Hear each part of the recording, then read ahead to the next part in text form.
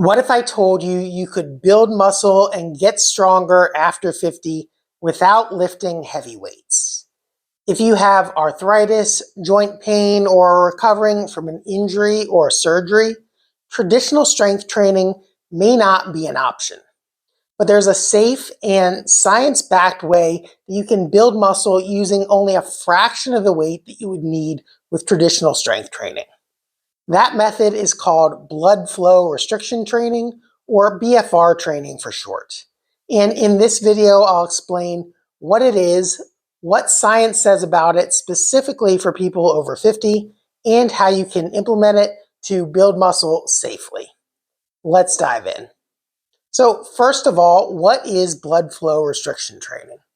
Well, blood flow restriction training involves taking a cuff somewhat like this one and putting it around a limb to help prevent how much blood gets into the limb and keep blood from leaving the limb.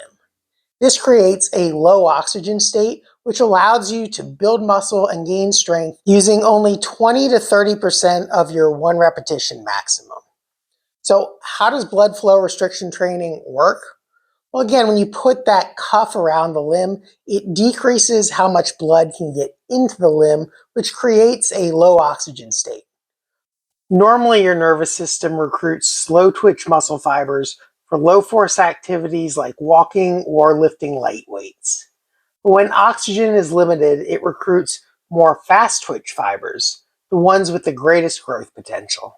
Furthermore, it completely compresses your veins, and so it traps the blood in there, and you get a buildup of metabolites such as lactate, hydrogen ions, and ADP. Those chemicals create a signal that causes your pituitary gland to release growth hormone, you release insulin-like growth factor, and that sets off a cascade of events which result in protein synthesis. So basically, you're tricking your body to produce the same biological response that you would if you lifted something heavy without actually lifting something heavy. Now, this method was originally used by athletes, but more recently, it's been used for older adults who are at risk for muscle loss, but may have medical conditions that prevent them from lifting heavy weights. So there's been a vast amount of research over the past few decades about blood flow resistance training, and I want to tell you about just a few key studies that have to do with people over 50.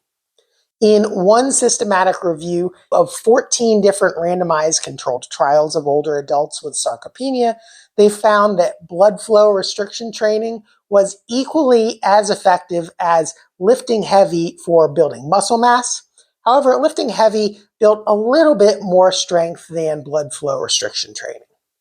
However, both blood flow restriction training and heavy lifting were more effective at building muscle than using light resistance. So while the absolute best option for building strength is lifting heavy, blood flow restriction training is a close second place. The next study is for gait and mobility in older adults. In a systematic review of 9 different studies, they found that blood flow restriction training was effective at improving gait and functional mobility in older adults for tests such as the 6-minute walk test, the 400-meter walk test, and the timed up and go test.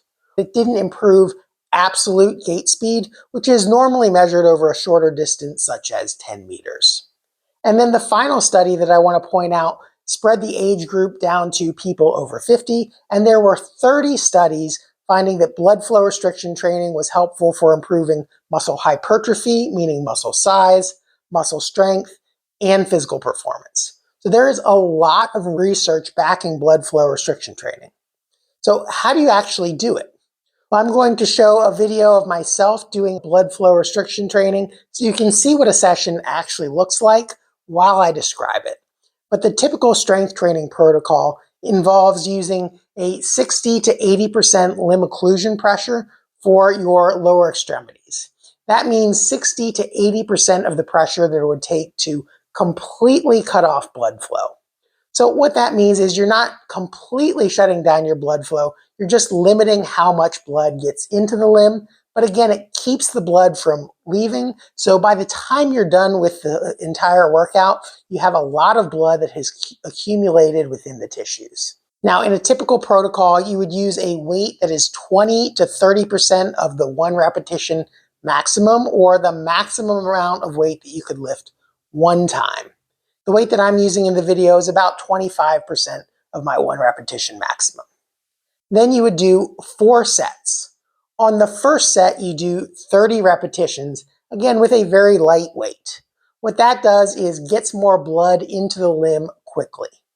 Then you'll take 30-second rest periods between sets, and you'll do 3 sets of 15. Now the cuff stays inflated the entire time. So as you progress through the sets, you get progressively more and more blood and metabolites accumulating in your muscles.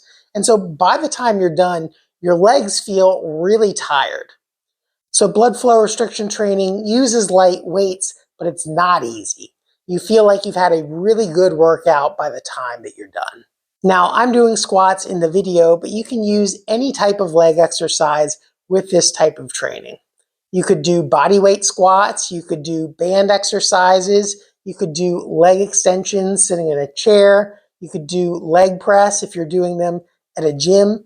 Any exercise will work for this purpose. Additionally, blood flow restriction training can also be used with just walking.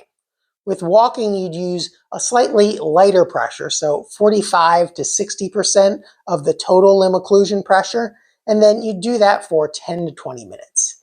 And some of the research articles that I mentioned earlier actually did use walking, and they found that walking with blood flow restriction was more effective than walking without blood flow restriction in terms of improving functional mobility and strength. Now, is it safe?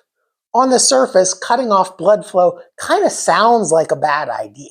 But again, you're not completely cutting off blood flow to the limb, you're just restricting it. Additionally, the equipment you use is important. In theory, you could tie a tourniquet around your leg and start exercising, but you'll either put it too light, meaning you're not going to get the effects, or worse, put it too tight, meaning that you could cause some serious problems. So if you are going to do blood flow restriction training, I would recommend using something like this. These are smart cuffs, and the company did send these to me for free, but I was actually the one that reached out to them because I was planning on doing this video anyway, and I wanted to have a way where people could safely implement blood flow restriction training if they don't have access to a stethoscope or a Doppler like you would in a clinic setting. So these ones automatically measure the limb occlusion pressure and then let you set the pressure that you want to use anywhere from 50 to 80% of that limb occlusion pressure. Now, I would recommend checking it a few times just to make sure you get a consistent number, but if you are going to do blood flow restriction training, it's absolutely worth investing in the right equipment, because going too tight and causing blood vessel problems in your leg would be a lot more expensive in the long run.